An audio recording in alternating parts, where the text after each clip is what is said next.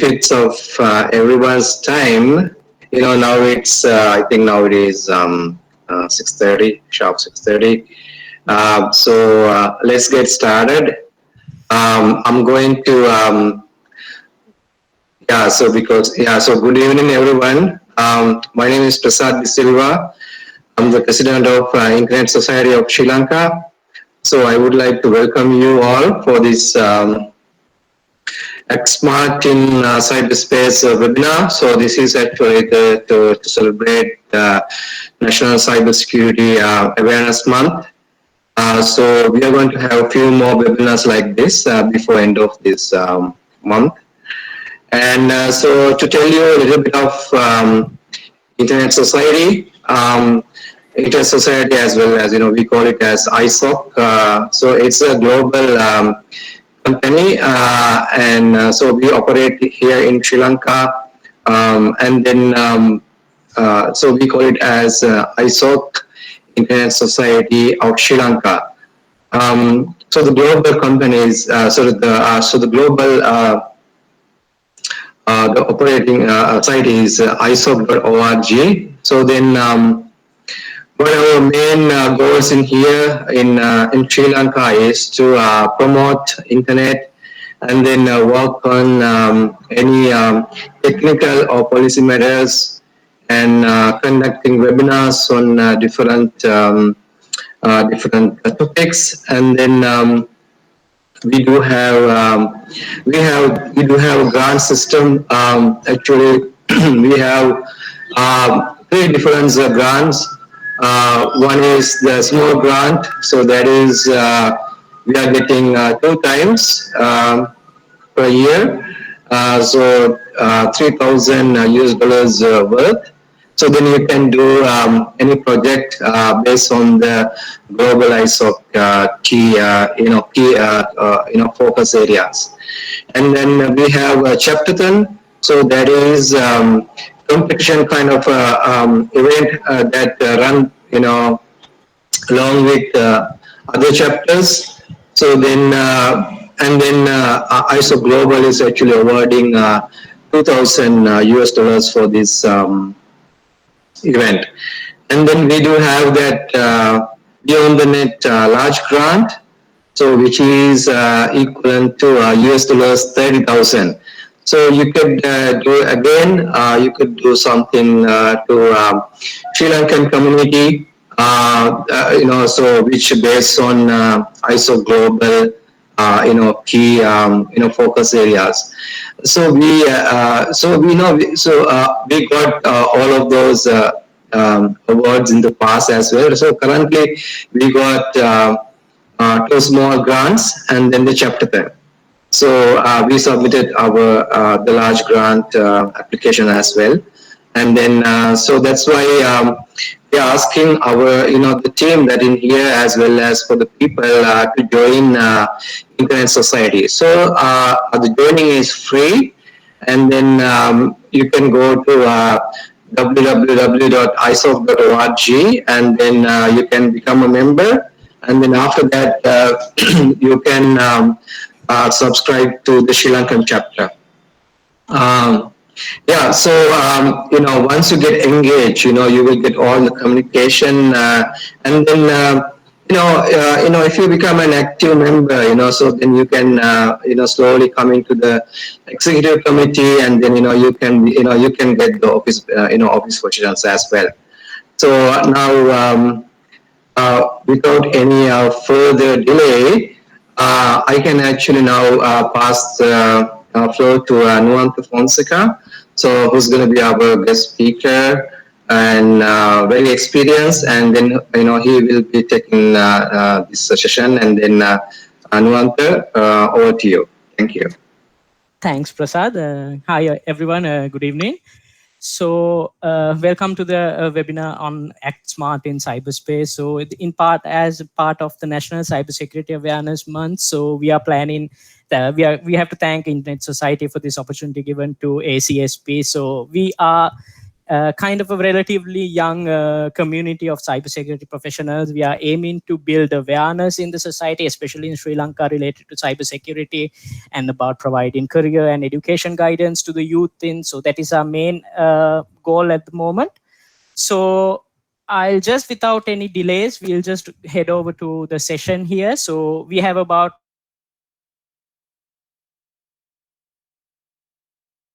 is how the general public should be protected from these threats that are there in the internet.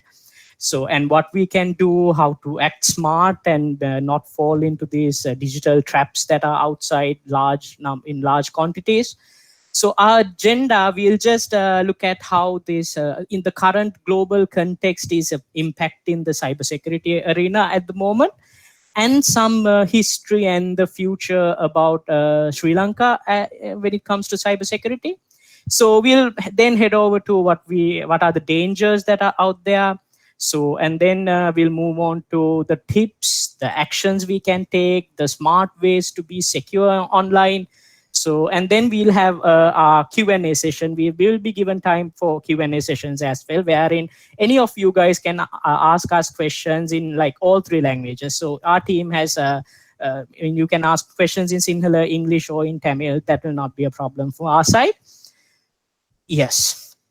So speaking about me, so just a brief introduction. So my name is Noanta Fonseca. So I have been in the industry of cybersecurity and privacy for over 7 years now, providing consultancy, security administration related to cybersecurity, governance, IT risk, and privacy and data protection areas. So and in part, I'm working as a trainer as well as a lecturer when it comes to cybersecurity areas. So now, when it comes to cybersecurity, so we have ever since coronavirus, the COVID-19 came into play, lots of things changed about the internet and how we act online, how we behave with smartphones and in the digital world.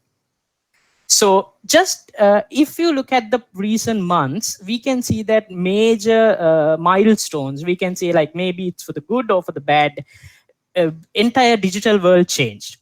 So a major incident that happened was like, when we move on to online working from home, learning from home kind of an environment, we use lots of video learning, e-learning applications and softwares.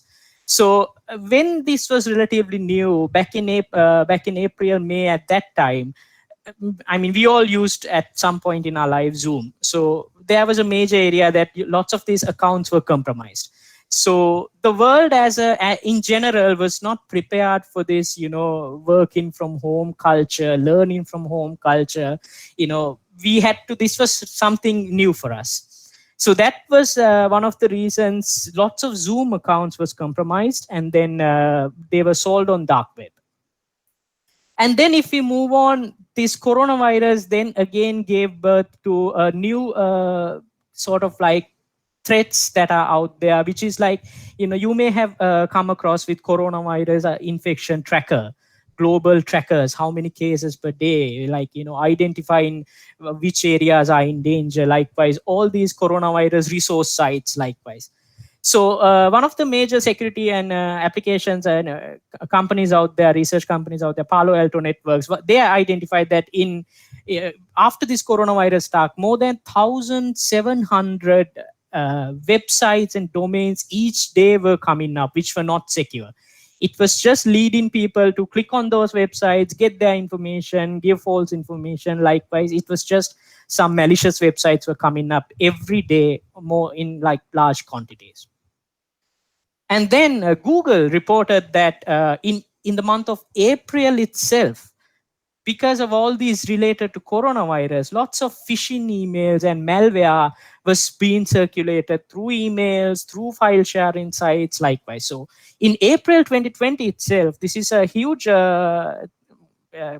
incident out there. They had to block around 18 million of these emails and files from the internet. And then there was lots of online scams happening. So these increased by 400%. Like fake websites are coming up for coronavirus resources. And then when online websites, shopping websites, where you can shop for masks, face masks, protection gears, likewise sell clothing, grocery, everything. These were online scams hiked up in large in leaps and bounds in this during this time. So that is how. So because of these things, because of coronavirus, internet, and how we behave online drastically changed. So there are new threats every day that is happening. So in these may be global things, but as Sri Lankans, we also have so much of threats out there. Like these all can be applicable for us as well. I mean, we are using Teams, we are using Zoom, we are using online banking, we are shopping online, we are we are getting resources from emails related to all this coronavirus, we are working from home. Things have changed and things have become even more dangerous out there. So let's talk about cybersecurity in Sri Lanka. Just a brief overview of where we are at the moment as a country. So in 2018, the government introduced the first national cybersecurity strategy for the country. So in 2019, we made huge progress by releasing drafts of our cybersecurity bill and the draft personal data protection legislation. So this gave us, we are still awaiting how far, how this will be come into play and how this will be officiated. But we are making progress in these areas. As Sri Lankan citizens, we are getting as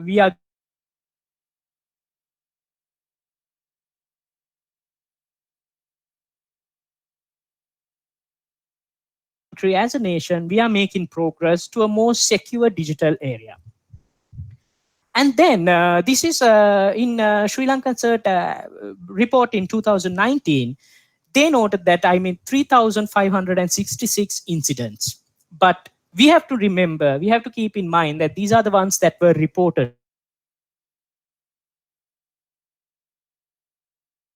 And this was an increase from 2018. So we had around 3,566 reported incidents when it comes to cybersecurity. So this is just some of the major areas that happened in that one. So out of the 3,566, so the sort is we have the source for this statistics, the Sri Lanka CERT report, annual activity report. So you can see that there were about 175 incidents where we had website compromises. Attackers have probably hijacked a website domains. Probably they had credit card malicious websites been coming up, defacement of websites. So there were incidents like that around 175. So, and then we had reported ones. Out of the reported ones, 28 were financial and email frauds. I mean, probably this will be so much more than because like every day we might be getting SMSs, we might be getting emails asking us to click on certain links, likewise online banking related messages. So many things are coming up. So out of the ones reported, 28 were related to financial and email frauds. So, and then 307 was about abuse, hate, and privacy violation. We know about cyberbullying a lot these days. Through social media, through like Facebook, Instagram, there's so much of bullying and hatred, hate speech circulating around. This is impacting the youth as well as having a problem, having an effect in their mental health as well as their education in many areas. So we in 2019 itself, there were 307 of these cases reported. And then if we take overall social media, like account hijacking, people creating fake accounts under some real people's name, and then Facebook account being hacked, Instagram account being taken over. So these kind of incidents, there were around 2,662 incidents like that. So this is one area we as as citizens of Sri Lanka need to be very, very careful about. We are every day we are getting more connected with through our devices, through social media, and through various people. Some we may know, some we may not know. So it is up to us to make sure that we take the right action, we act smart when we are in social media and on the internet.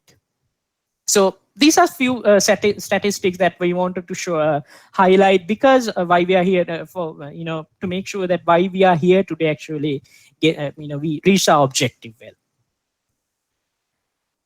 So if we take over the past, several years, we go back, we have had these kind of things from the news.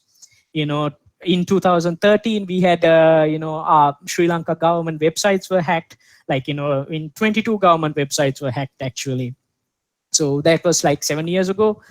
And then we had a situation where the president's website was hacked by a teenager actually.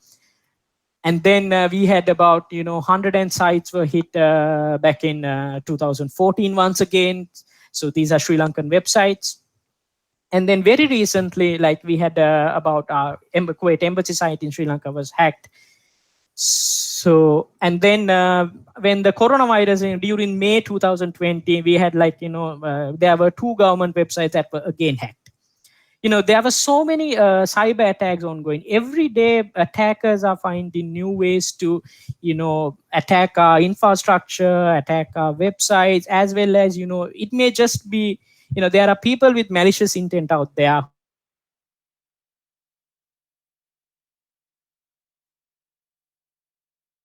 want to harm you. So that's why we have to make sure we, again, the emphasizing on the fact that we need to act smart.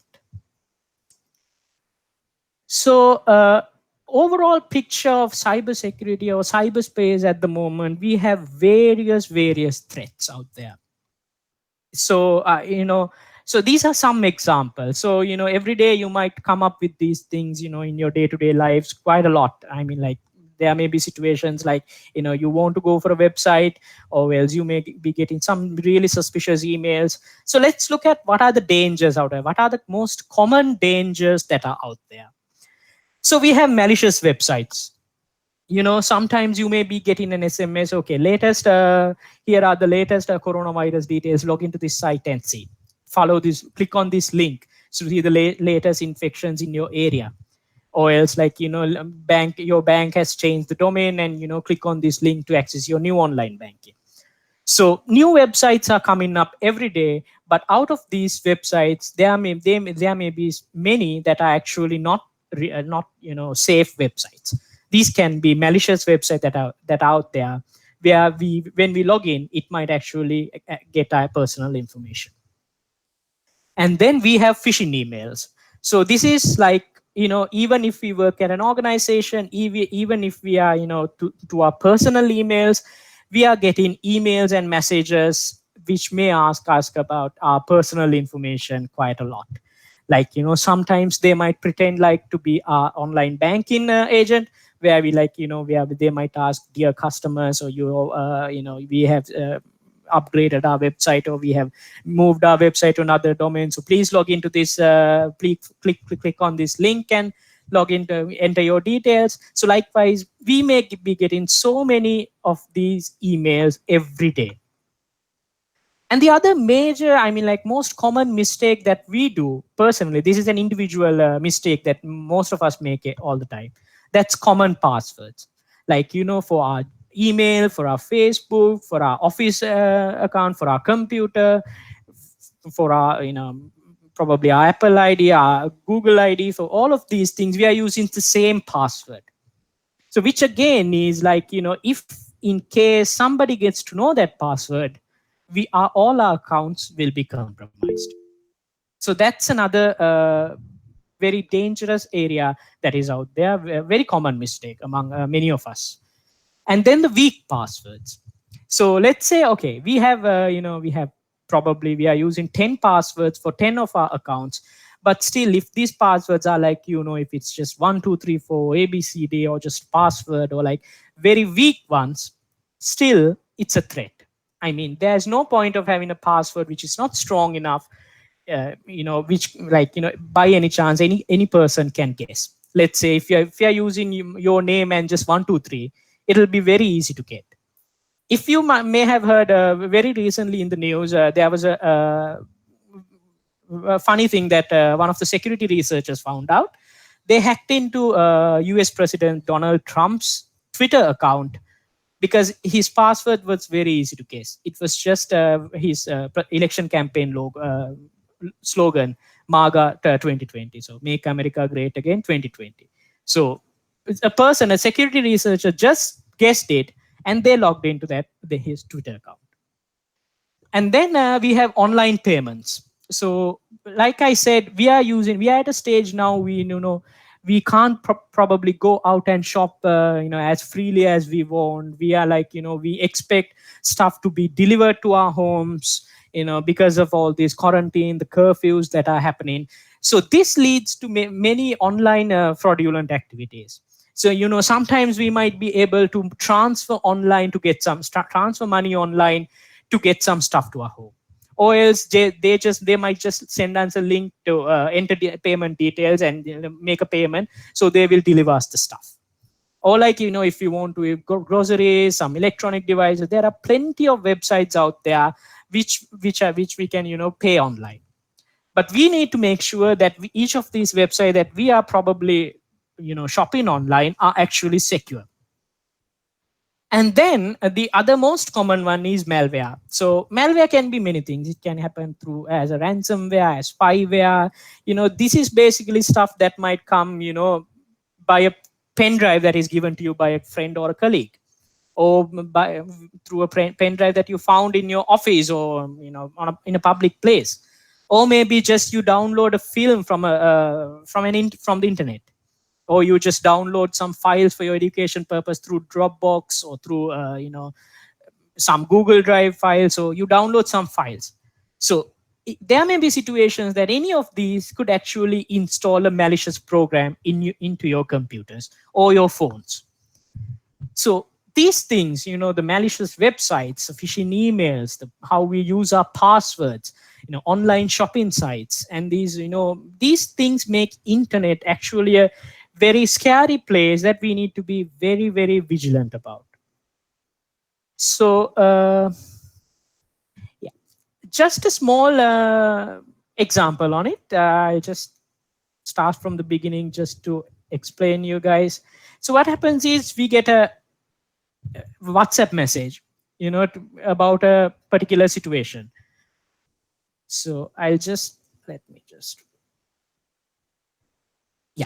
So wherein you might get a message, some unknown number, or maybe it's one of your own contacts as well. So he may send you a message about a latest news. So you get to know latest news on the Beirut explosion. So you click on that link. So it goes into a site, a landing page that actually looks like Facebook. So you might not actually bother about it since it looks like Facebook. So you enter your Facebook login, and then you enter your password, not knowing that this is not Facebook actually. So think about how many times we may have got these, information messages like that. So it goes into a site, again, another landing page that is, exact replica of probably a Facebook page. So hackers are very talented in that area. But in the meantime, the particular person who sends this will probably have your account details harvested. So you just went into the landing page, you entered your login details. In this case, it's just Facebook, but there may be situation you enter your Gmail, or else your office email username passwords. So that's a very common thing. I mean, like, we get these messages every day maybe through a text message, WhatsApp, chats, and Instagram DM. So many of these things can happen. Yes. So that's pretty much on the what are actually the dangers that are out there. So what exactly as individuals can we do about this? If we take social media, there are so many features as these, if we take Facebook, Twitter, Instagram, WhatsApp, all these things, as these products evolved, when security concerns were coming up rapidly, they have given us so many features to protect ourselves from, getting our account information or our credentials being leaked. So one such is that, the multi-factor authentication. So we'll go into these things, how to, how we can, actually do these things as we go further on through this session. So what just the tips that we can do is actually, all of these social media now, from Google to Snapchat to everything now has multi-factor authentication in your enable. So if as of now you have not enabled multi-factor authentication, it is high time you do that. So multi-factor means basically you just, other than your username and password, it may just ask for a one-time password through an SMS or probably through email account. Likewise, it's an additional layer of protection. And the other thing is we have to stop oversharing so many private information. So this is very, very common outside. If we go to Facebook, if we go to Instagram, we have so many things coming up. We have, some people even post pictures of their office workstation. Some people, take selfies at their office boardrooms or even their, university lectures or, their own private workstations. And then they are updating information about where they are going, where they are traveling to at the moment, and then who they are with, and then about, we just sometimes we get so careless, we just don't think about it much, but we keep on oversharing our personal information. So that is also not really to people that we actually know. So that's another area that we need to look in. We need to be very careful if we are to stay safe on the internet. And then all these accounts also have the other option for security questions. That means in case somebody gets hold of your username and password, they might still be able to, you might still be having an additional layer of protection if you enable security questions. It's like, have your own personal, confidential question and an answer set up. It's very simple. Google has it. All the accounts now has it. So when you sign up, or you can go back and check your account settings, security settings, and do this. It's very simple. And then the other thing is stop clicking on suspicious links. So again, this is phishing. Like I showed you in the earlier video, these things like, what happens is you get messages, okay, free Pizza Hut is giving away 100 pizzas. Click on this link. You get a WhatsApp message.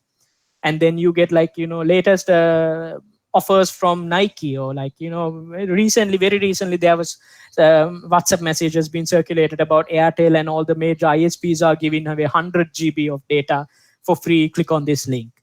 So these are like, these are actually, if it's not coming from Airtel, this could not be. If it's coming from, not, I'm just talking about it overall, if it's not coming from a vendor or an ISP, these things are probably not true. And then we have recovery emails and phone numbers. So we sometimes actually, when we think, okay, we have a good username and password, and then that's it, okay. And we have probably enabled the multi-factor authentication as well. Okay, we are good to go. But then this recovery emails and phone numbers, what it does actually is, if somebody actually, does something to your account, and if your account is compromised, this will give you an opportunity to recover your account, because you have added your own phone number where you can get a code probably to recover your account. So that's another layer of protection we can put. And then make it posts about personal life visible to limited audiences only. Once again, this is about oversharing. So about, where we are going, what kind of, so many things, we just put it out in public. How many of us actually, set privacy settings every time we post something on Facebook or Instagram? How many of us have make Instagram accounts, if we are using those things, private? So, most by default, it will be public, so that everyone will be following your accounts. So we know that, because of what the technology is advancing now, there are stuff like deep fakes outside. So like, if our photos get, leaked to some party, some person with malicious intent, they can manipulate our photos and make something harmful out of it. So that's another area. And then many of these, if we take recent statistics from the SLCert and sites likewise, across the globe, not even in Sri Lanka, from so many places, lots of fake accounts have been like, reaching out to people. So you might get friend requests from people you might know, follow requests from on LinkedIn, Instagram, or Snapchat, or on these platforms, from people you actually don't know. So it's we need to be really vigilant on which accounts we actually allow. If we don't know that person, it's probably safe not to accept him or her. So, and then changing passwords frequently. So again, it's time we should think back on, okay, when was the last time you changed my personal emails password? Was it like 3 months ago? Was it like 6 months ago? So if I can't actually remember when I did it, it's high time we change the passwords to these things. Same goes to all of these accounts. So because it- by this time probably your password is out there on sitting in the dark web, probably being sold to people. I mean, like, sometimes it might not be out there, but still there's a case your passwords are already compromised. So it's high time we change that as well. Yes. So about how we should, be cautious, proactive, and informed. Just, like I said, the major areas that we need to look into. Keeping everything up to date, multi-factor authentication, using passwords, strong and unique passwords, surfing securely, and about using the public Wi-Fi. So we'll go into, how we actually put these things into practice.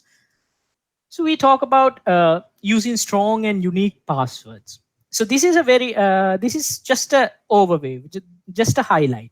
So if we take a password like 123456, so one of the most common passwords out there. So if I am a hacker, I can actually guess this password and get your account in just zero point 0.2 milliseconds. So that's as unsafe as it can probably get. And then one of the other common passwords are the keyboard strokes on a normal keyboard, 31, 2, 3, 4, 5, 6. So again, you have probably a long, this when it comes to digit, it'll be longer, but still it is easily guessable. It's just from the number of the layout of our keyboard. So that will take probably, as technology advances, this will not take even 13 hours nowadays. So it's again unsafe as it can get. And then we have password like, we mix certain faces, certain numbers, uppercase and lowercase into our password. So then we have probably a very good password, but still it's risky. Why it's risky is there are technologies out there which, if I am a hacker, I can use dictionary words and guess, through an application, through a software, and guess your passwords. So if this one, there are words like fun, times, just a number. So probably, if I have high tech computers with me, high processing power computers with me, I can do it in less than 48,000 years. So it's not really that safe as well as technology advances. So the other one is, okay, now this password, it's the same one, just we have alpha digit, we have characters, numbers, uppercase, lowercase, all the things out there. So that's probably a very good one. So, and then we have a very long password, a better option. But the last one is probably the best we can do out there. So, it has, more than 10, 12 characters in it. It has, so many, combination of uppercase, lowercase, alphanumeric symbols out there. So that's just, tips on how you can make your passwords more secure. This is again something that we do quite often. So when you may sign up for a new account, or to a new site, since it is easier for us, we just put the save password option. So this is not actually a very good practice. So what happens is, if through your browser cache, when you go to malicious sites, they can read this and they'll probably get your username and passwords. So that's, next time when you decide to hit save, click on save, think twice. And then about surfing securely. So I mean, most of us probably would have come across these screens quite often. when we try to go to a site, which are not really that common, our computer, we might be getting these messages through our browsers, you know, about this site is not secure. Do you want to proceed? So likewise, so if a warning like this comes, it's better to go back to safety. Sorry. So as you can see, how we can, one of the things that we might be able to identify these things is a secure website may have, a closed caps lock lockout there, which may indicate that this is a secure website that you can go forward. In most cases, they have, probably active SSL certificate. They may be using HTTPS. So if your browser indicates it's better not to surf this site, you should definitely not proceed further. So this is some other tips that what we can do when it comes to surfing securely. And the other one, so this is like very common in many of the cases. Maybe we are an Apple user, maybe we are a Windows user, Android user, whoever we are, we get updates a lot.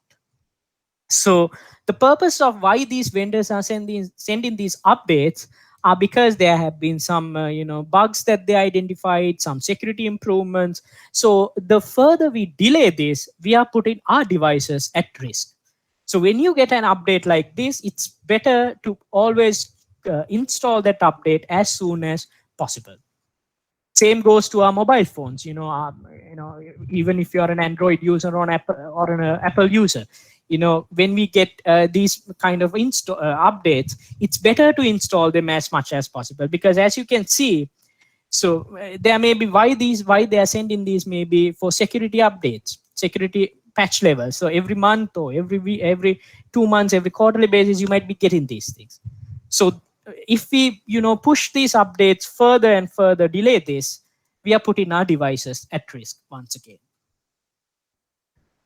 Yes. So this is about enabling multi-factor authentication. So sometimes if you are using Apple ID, if you're using Apple, you might have the option where you can set up these. All of the vendors, all of the softwares and applications are giving this opportunity at the moment now. So Google has it like it comes to you when you log in from the desktop. It will send you a message through to your phone, and pop up. You can select it and enable these things. So this is another area. Now, we are using, these days, because we are working remotely, we may be using so many, maybe through our iCloud, maybe through Dropbox or through Google Drive. We are sharing so many files every day, maybe in office purposes or maybe for personal purposes. So we need to make sure that we are actually, setting right security settings when we are sharing these files. As you can see, so in all of these cases, even if you are an iCloud user or Google Drive, even whichever the service you are using, there are options that you can select. So we have to make sure we give the right people access. If we have to know their email address really well, and then make sure that if it's like confidential files for us, we don't have to be, we should not make it public on the website. And then about assigning them the whether the person we are sharing it, can he actually edit it, can he actually forward it to another person, can he actually download it. Likewise, we can assign different levels of access to people. So that's another area we have to make sure when we are like since these things came up, actually people tend to focus these things mostly now that we are working remotely. Remote working and remote learning has opened these opportunities for hackers to get access to our personal information, as well as it has given us the opportunity to be more precautious about it. So yeah, the other one is actually on using the public Wi-Fi. So these days, like we are sometimes probably we don't have access to our office, so we are mostly working at home. Maybe we are working from some of our friends' place, our cousins, our relatives' place, or else nearest we go to a nearest internet cafe, or where they have like Wi-Fi available. So these things, public Wi-Fi is very common, as well as it is one of the riskiest things out there. So as you can see in this picture, you may be actually connecting to a Wi-Fi, a rogue Wi-Fi, a hacker's Wi-Fi access point that the person has set up just to read your information. You may be actually thinking, okay, oh, there's a free Wi-Fi here, there's public Wi-Fi here, easy, I can save my data. So you just connect to it, and then you probably access your emails, you will probably access your drive files, you might probably even do, some people even tend to do online banking through public Wi-Fi's. So these things actually can lead to theft of your information as well. So now, if you take about Wi-Fi, so this again, when we are working from home, we don't go to office at all. For some cases, we've probably got ourselves probably a brand new Wi-Fi connection with a router. So now we have to make sure, okay, are we just connecting it, using it to connect in, because we are like, okay, we think it's in my home, so probably no one will access it. So have we actually secured our own Wi-Fi from other people from connecting? So that's another thing we have to look into. When you get a new Wi-Fi, you have to configure it with, adding your own SSID keys, your own password for connecting. So that's another area. So even if let's say you go into probably a shared working space area, or probably you have, your team, your friends have, because your lectures are not there, or because your office is closed,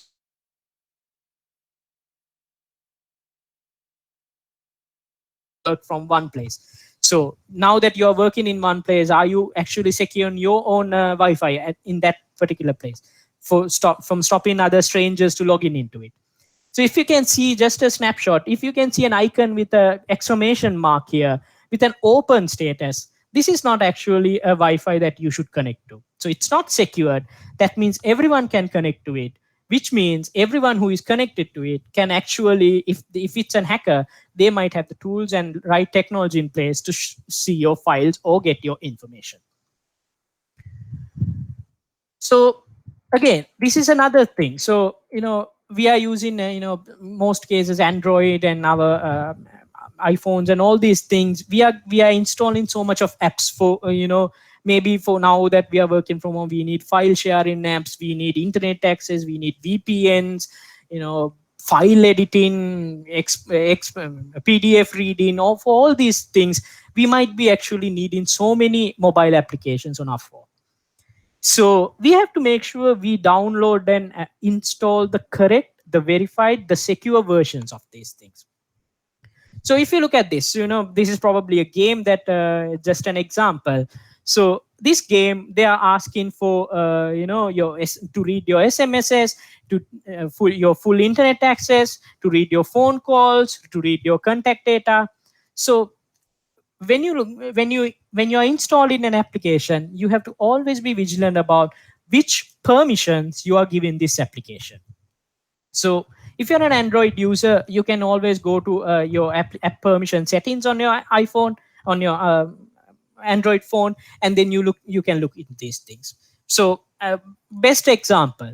So if you take this particular screenshot, you can see that, okay, 32 out of 35 apps have permission to your camera, and then 21 apps have permission to your microphone.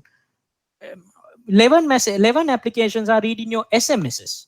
50 are reading your phone calls.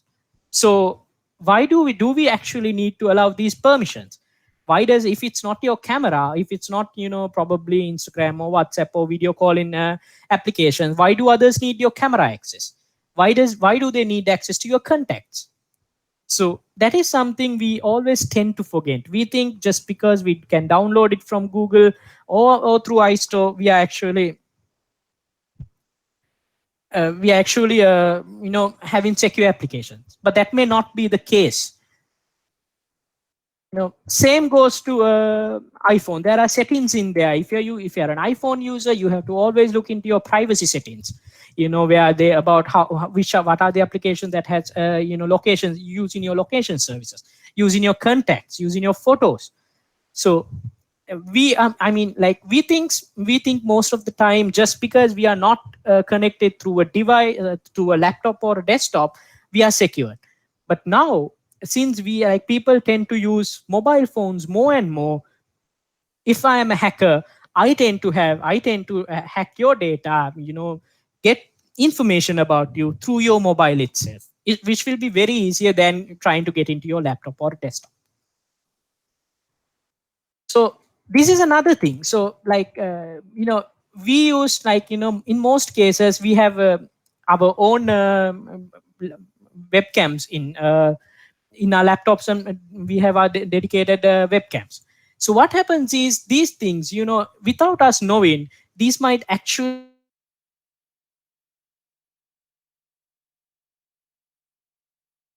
to your laptop or your computer.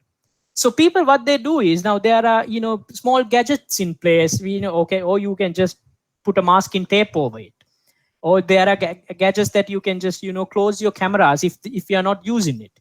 So that's one way to safeguard your privacy online. And then, so this is again another very common mistake that we do, probably because we think, okay, this particular document is in my own desktop, so I might just it's safe out there. So maybe maybe our CVs, maybe our assignment documents, maybe our credit card statements or other office working documents, all these things we have to make sure we protect these with passwords. Because what happens is, let's say if you are these days we tend to work from home, Wi-Fi, we are using like Google Drive or 365, all these cloud storages. So we think, okay, probably it's easier to, because it's in our, if we put it in the cloud, it will be safer. Actually not. So what happens is, when you not only for Word, actually for if you take Excel, even if it's PDF files, we can actually protect these through passwords, and then save these if we are using, if we are saving these on the cloud. So that's another tip we can apply to our day-to-day life if we are like working with sensitive information. Yes. So, like I said, these things very, very common these days. Like, every day we get so much of information or messages about new promotions and all these, information about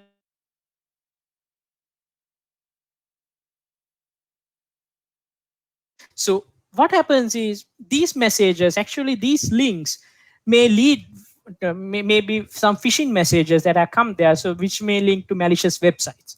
So when you click on it or forward it, what you do is, you are not only you are putting yourself at risk, but you are also putting 10 no other people at risk as well.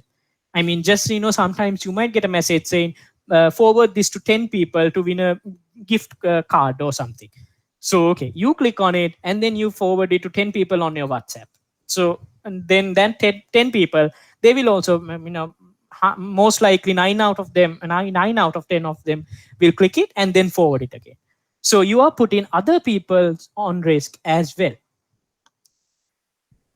So that is those are the major areas that we wanted to highlight in this, when it comes to building awareness in the with the public when it comes to cybersecurity, and what you need to do to be safe out there. So now is the right time. I mean, we can have a Q&A session probably. If you all have any question that you want to any question that you want to shoot at us, I mean, like, we are open now. So even if it's in Sinhala, in English, or in Tamil, please feel free to ask us. So Yeah, so this is Prasad. I will go first, Nuanta. Now, now you mentioned that so whenever we have like multiple logins, say for example, I want to log into Google Gmail, and then I want to log into another site. So we have like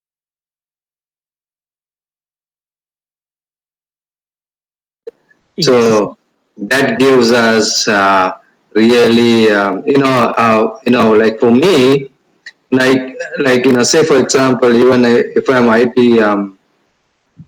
person, because I have like 10, 15 sites that I usually go, and then it's very hard for me to remember the password. Or I may have to look for some some place, or maybe I'm using my computer in like, or maybe my mobile phone and everything else. But so I used to save it. Now you mentioned that when I save the password, now in browser you can go and like some people can, some hackers can come and take a look at your saved password.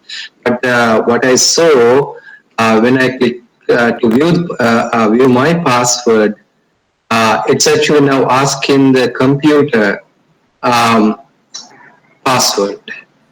So for example, now if I click on that little I, to view the stored password, now it's actually now prompting me to display the characters. It's actually prompting me to input the computer login password. So what do you think about that one? Because it's actually giving added layer of security. So then, now what my question is it still safe to save the password? Or because it's actually, yeah. Yeah. So what happens is in most cases, if you know Windows, they have credentials manager in place. So let's say your Windows passwords probably are secure out there.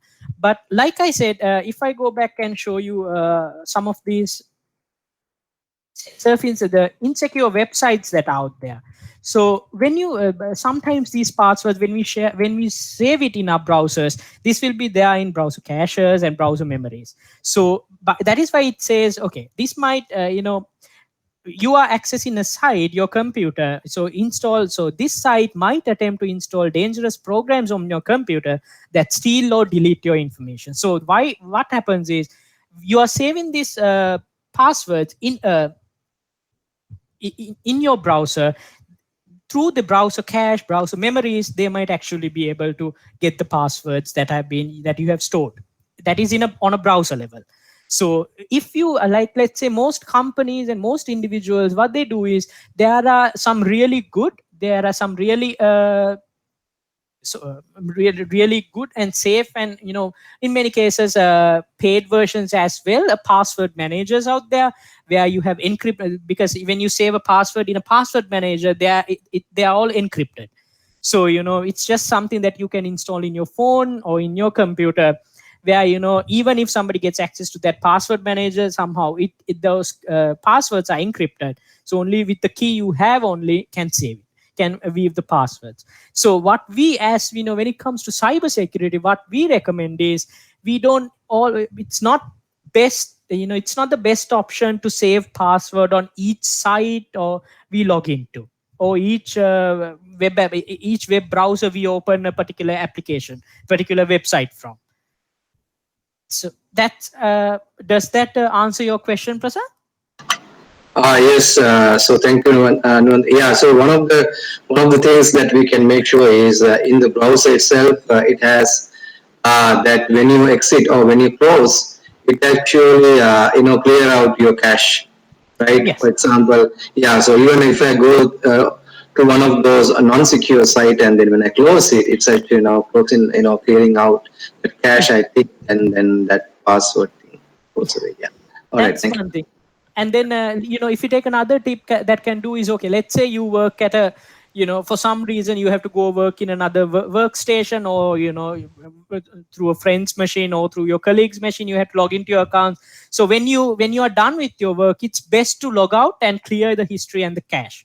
So that's another thing. So sometimes we forget that we logged to our accounts in another machine. We forget to log out and clear the cache that is there.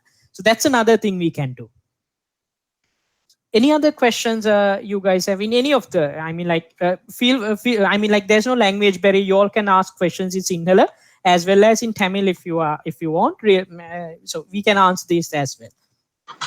Nuwanta, now there are some questions on the chat. If you can take a look. Yeah. So just quickly. So I'll just.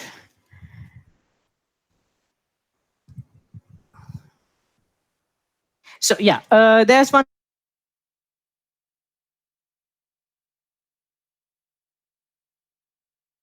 with lock icon. So I might say not exactly. So sometimes there are self-serving. So what an HTTPS and the lock website does it's just shows us that the website is secure. There's a valid SSL certificate that in cybersecurity in technology terms we have. So there may be situations actually that you know uh,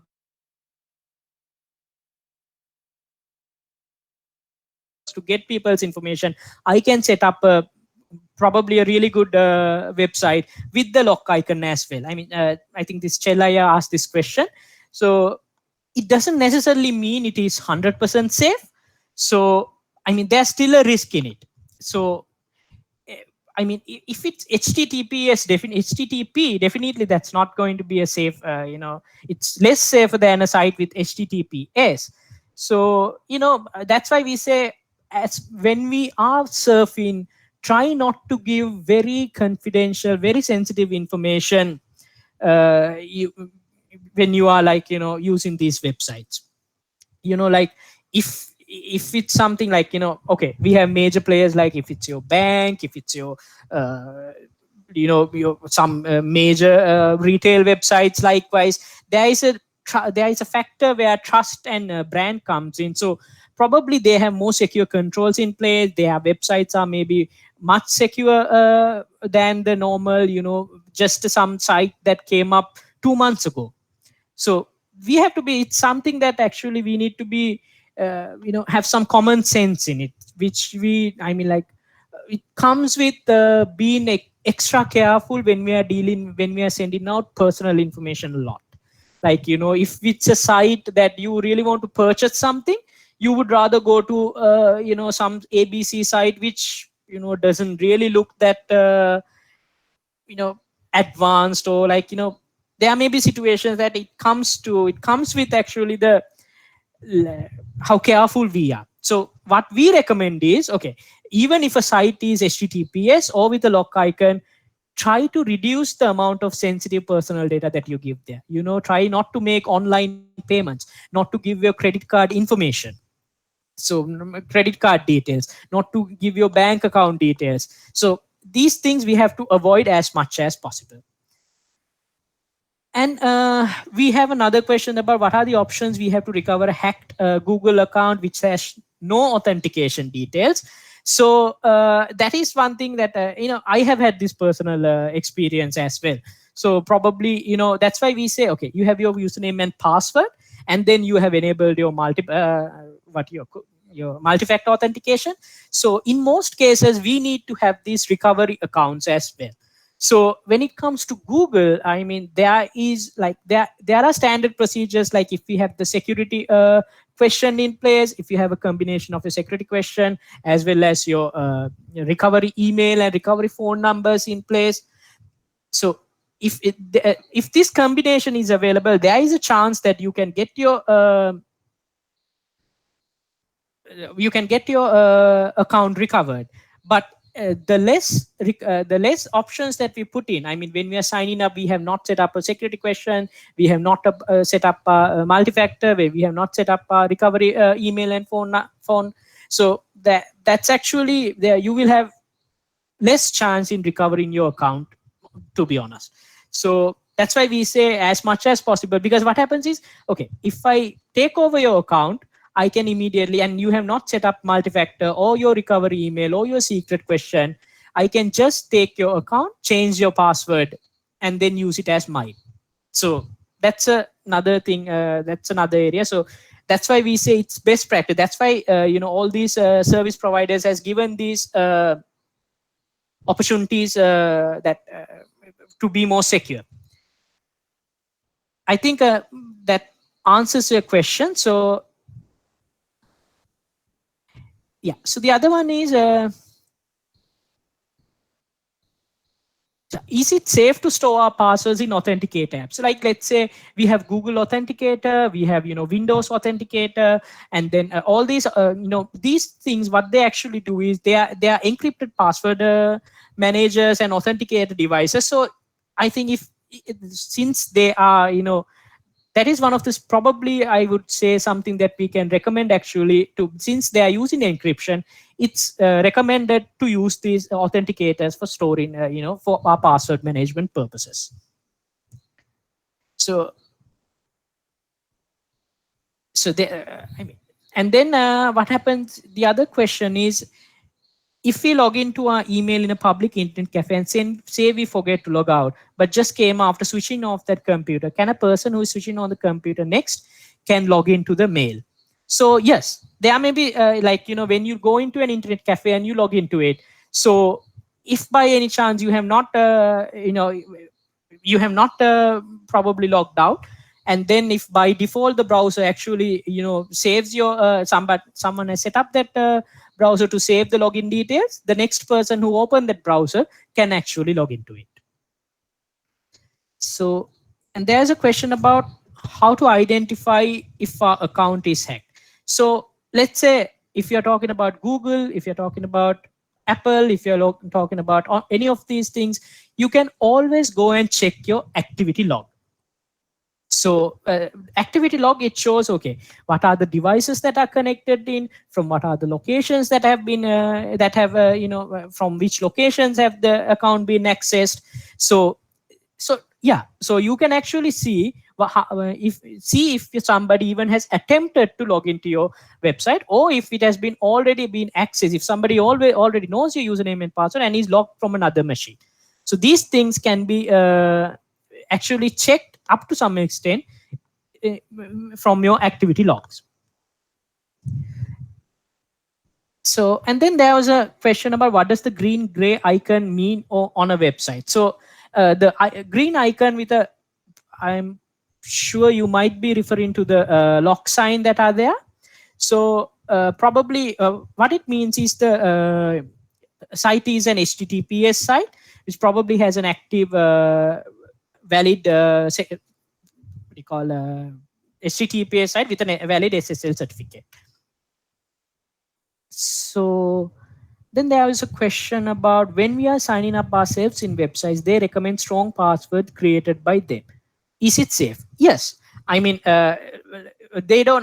Websites do not recommend passwords for us, but they say when we enter, when we first time when we give a password, it might say, okay, it might indicate this is a weak password, this is a normal password, this is an okay password, or this is a very good password. So you always try the combinations up to when it says probably okay, safe, or okay, or kind of a thing. I'm not too okay. If when you enter the passwords for when you're signing up, until the point where they give okay, this is recommended, then definitely that password you can use. Created by them. How secure it is to use incognito browser than the normal one? So in Google Chrome, even if it's incognito, there may be actually it's okay. So what happens is, although we tend to think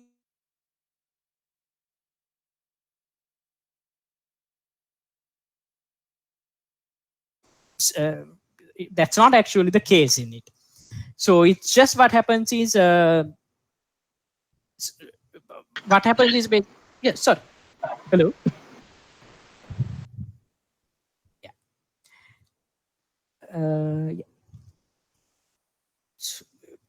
So when it comes to incognito, what really happens is it doesn't save your cache, or it doesn't save your cookies, but your ISP provider can still track you. I mean, you are not still safe from probably the government interference, or probably someone ISP level. You are not actually invisible.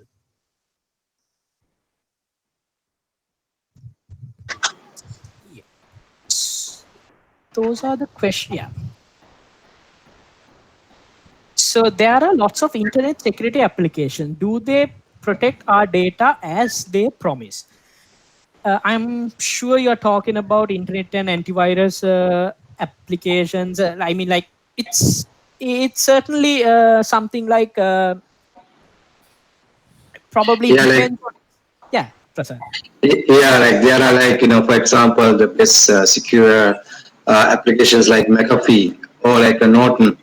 So they have like firewall software, and then they have their security suite. I think so that could be trustable, right? Norton and McAfee. So they are like well-known security providers like Yeah. Sophos. Yeah. Yeah. So again, what happens is, I mean, it's up to the level of protection that we need. If we are looking for safe browsing, probably we can use security application that comes with secure VPN. So it depends on what exactly do you expect from an security applications or an antivirus. So you just have to think, okay, I need these features. So you just have to select the buy the product that you think okay suits your requirements. So there are each of these applications, they are probably competing with each other. They are competing for market shares in it, but it's up to us to decide, okay, this is the level of protection I need, these are my requirements, and then go on and select the best application. Excuse me, sir. Yes. අපිට Facebook account එකක් තියෙනවා. එතකොට Gmail, එතකොට Office login, එතකොට LinkedIn වගේ හුඟක් accounts වලට login වෙනකොට strong password එකක් දුන්නාම ඒක අපිට මතක තියාගන්න ප්‍රශ්නයක් තියෙනවා. ඒක කොහොමද sir අපි handle කරන්නේ? ඕක ගොඩක් අයට ඔය ප්‍රශ්න තියෙනද අපි හැමතැනම ගිල කතා කරම ඕක අහනවා ගොඩක් වෙලාට. දැන් සාමාන්‍යයෙන් අපි දැන් නිතරම පාවිච්චි කරන බ්‍රවුසර් එක ගොඩක් අය කරන්නේ ඕක සේව් කරලා තියාගන්න එක. බට් ඊට අමතරව අපිට කරන්න පුළුවන් දේවල් තමයි හරි පාස්වර්ඩ් එක දැන් සේව් කරාට අපි බ්‍රවුසර් එකේ ඇඩිෂනල් ලෙවල් එකක් තියාගන්න පුළුවන්. අපි අර කියපු විදිහට මල්ටි ෆැක්ටර් ඔතෙන්ටිකේෂන් එක දාලා තියෙනවා. දැන් ඔයා කතා කරා LinkedIn, Facebook, Google ඔය කියන හැම social media platform වලම මල්ටි ෆැක්ටර් ඔතෙන්ටිකේෂන් එකක් දෙනවා. ඒ කියන්නේ ඔයා ඇඩිෂනලි ඔයාගේ ෆෝන් නම්බර් එක හරි ඊමේල් ඇඩ්‍රස් එක හරි ෆෝන් නම්බර් එක හරි වෙන මොකක් හරි මේ ඔතෙන්ටිකේටර් මේකක් දුන්නාම වෙන කාට හරි ඔයාගේ යූසර් නේම් පාස්වර්ඩ් එක ගත්තත් ලොගින් වෙන්න ඕන නම් ඔයාට පුළුවන් ෆෝන් එකට කෝඩ් එකක් ගෙන්නගෙන ඒ ලොගින් වෙන එක නවත්තන්න. So ඒක ගොඩක් අය ගන්න පියවරක් තමයි ඒ මල්ටි ෆැක්ටර් ඔතෙන්ටිකේෂන් enable කරන එක. ඉතින් අපිට ඒකෙන් worst case scenario එක වෙන්න පුළුවන් ලොකු damage එකක් යම් additional අමතර මේ protection එකක් එතනින් ගන්න පුළුවන්. Okay, thank you. Nuanta? Oh, yes. Nuanta, Shankar here. Yeah. Nice talking to you after a long time. Yeah. පොඩි එකක් මම සිංහලෙන්ම කියන්නම්. අර passwords මතක තියාගන්න ප්‍රශ්න තියෙනවනේ. For example දැන් අපිට දැන් mobile phone එකකට ගත්තාමත් passwords කීපයක් තියෙනවා. even internet banking වලට ඒකට අපි මේ dial කරන කොටත් ඒගොල්ලෝ telecom මොකද ඒක කියන්නේ mobile banking passwords දෙනවා. ඊට පස්සේ sites වලට ගියාම ATM fund transfer වලට තව office related so many sites වලට අපි login වෙනකොට එක එක password දෙනවනේ. So මම නිකන් සජෙෂන් එකක් වගේ නිකන් අහන්නේ නැත්තම් ප්‍රැක්ටිස් කරන්න පුළුවන් ක්‍රමයක් කියලා මම දැන් හිතනවා. ඔයගේ සයිට්ස් ටිකේ ලින්ක්ස් ටිකයි යූසර් නේම්ස් උයි පාස්වර්ඩ් උයි මම සේව් කරනවා එක වර්ඩ් ඩොකියුමන්ට් එකකට. I'm just telling you what I'm saying. Word save කරනවා. ඒ වර්ඩ් ඩොකියුමන්ට් එකට මම ස්ට්‍රොං පාස්වර්ඩ් එකක් දෙනවා. But still for more safety ඒ පාස්වර්ඩ්ස් ටික තියෙනවනේ. කියමුකෝ අපි මම නිකන් දාන්නේ nuanta@1234 කියලා. එහෙම දානකොට I'm not typing the correct password. I am giving some changes to the password. For example, first 3 digit මම බොරු නමක් දෙන්නේ. නැත්නම් for example කියමුකෝ amin nuanta@1234 කියලා දානවා. So ඒ වගේ I mean password එක මට විතරයි දන්නේ මොන changes මම කරන්න ඕන for each and every password. එක විදිහට තමයි මේ change එක තියෙන්නේ. නැත්නම් හැම එකටම එක එක changes දාන්න බෑනේ. password 10ක් තියෙනකොට 10කට කියමු apple@1234 නම් Apple එකට කලිනුත් තියෙයි මොකක් හරි ඩිජිට් එකක්. නැත්නම් Apple එකේ first 2 digit එකකින් පස්සේ මොකක් හරි ඩිජිට් එකක් තියෙයි which has to be removed when I am actually typing the password. අන්න ඒ වගේ මොකක් හරි gimmicks එකක් කරලා අපිට මතක තියාගන්න ඕනේ ඒ change එක විතරක්. ඒ fact එක විතරක් අපි මතක තියාගන්නවා. හැබැයි ඒක හැමතැනින්ම එක විදිහට තියෙන්න බෑ. for example අපි හිතනවා දැන් password key එක fourth digit එක මම මාරු කරනවා. නැත්නම් අන්තිම digit 4 මම මාරු කරනවා. නැත්නම් මැද තියෙන digit ටික විතරයි මම මාරු කරන්නේ. ඒ වගේ මොකක් හරි එක ක්‍රමයක් විතරක් අපි මතක තියාගත්තා නම් password 100ක් වුණත් තියාගන්න පුළුවන්, but with the same way. But no, the third person will not be able to identify what is the change we are supposed to do. They are supposed to do when they are hacking the password. and ඒ විදිහට මොකක් හරි ක්‍රමයක් තියාගත්තා නම් අපිට විතරක් දැනගන්න පුළුවන් විදිහට. so ඒක ක්‍රමයක්. මම දැන් හිතුවේ. එතකොට ඒ වගේම අර word document එක මම save කරන එක safety නෑ කියලාත් මට තේරෙනවා. still for all ඒකටත් පොඩ්ඩක් strong password දාන්න ඒකත් නිතරම වගේ මාරු කර හිටියනම් at least ඔය list of password එක අපිට රැක ගන්න පුළුවන් කියලා මම නිකන් අදහසක් පළ කරන්නේ. නුවන්ත පොඩ්ඩක් තියෙනවා කියන මොකද ඒකටත් මොකක් හරි ප්‍රශ්නයක් තියෙනවා alternatives තියෙනවා නම් පොඩ්ඩක් අපිට දැනුවත් කරන්න. thank you නුවන්ත. ඒක යම් දුරකට up to some extent ඒක හොඳ approach එකක්, but අනිත් අතට වෙන්නේ දැන් හිතන්න අපිට password 3-4ක් තියෙන එකක් නම් ඕක manage කරගන්න ලේසි වෙනවා, but password 10ක් 15ක් ඔය කියන විදිහට bank online banking ඒවට 10ක් ඔය වගේ set එකක්ම තියෙන එක්කෙනෙක්ට ගොඩක් වෙලාවට ඒ කරන change එකත් මතක තියාගන්න බැරි අවස්ථාවක් වෙන්න පුළුවන්. අනිත් එක ඔය word document එක ඔය කියපු විදිහට ඒකේ security ඔතෙන්ට ගොඩක් දුරට බලපානවා. ඔය word document එක හිතන්නකෝ අපි ඔක්කොම දැන් password අපි දන්නවා මේ කියන ටික මොනවා change එකක් කරන්න ඕන තැනක් දාගෙන අපි word document එකේ දාගෙන ඉන්නවා. but word document එක වැරදි එක්කෙනාගේ අතට ගියොත් අපි password ඔක්කොම ටික එකපාරම යනවා. ඒ හින්දා ඔයා කිව්වා වගේ අපිට word document එකත් password protect කරලා තියාගන්න පුළුවන්. ඒ කියන්නේ ගොඩක් දුරට ඕක පොඩි password වලට නම් manage කරගන්න පුළුවන්, but ඊට අමතරව ඉතින් basically commercially ගත්තොත් එහෙම ඕන තරම් password protection password management software ගොඩක් දැනට තියෙනවා.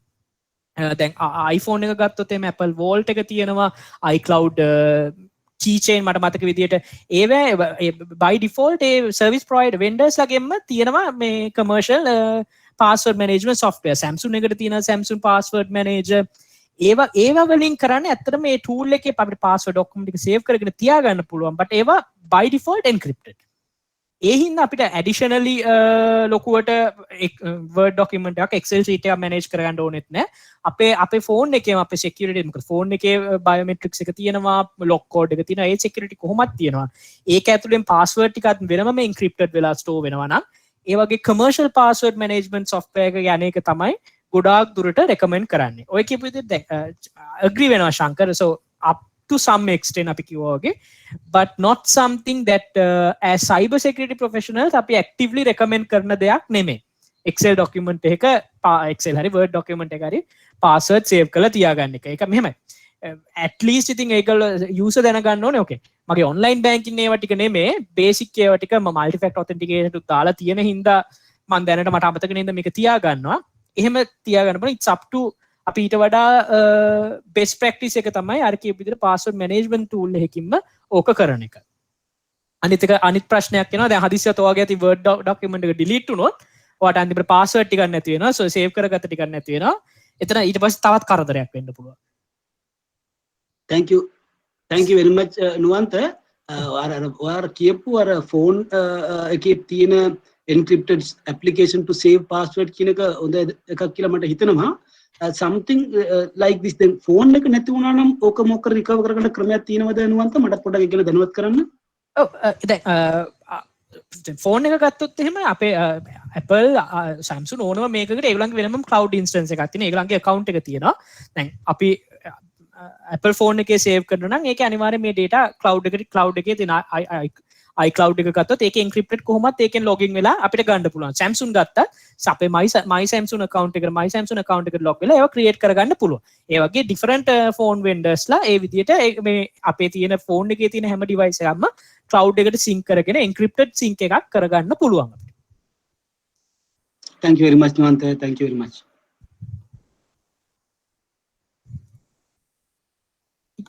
අමතරව තව ප්‍රශ්න තියෙනවද ඔයගලන්ට?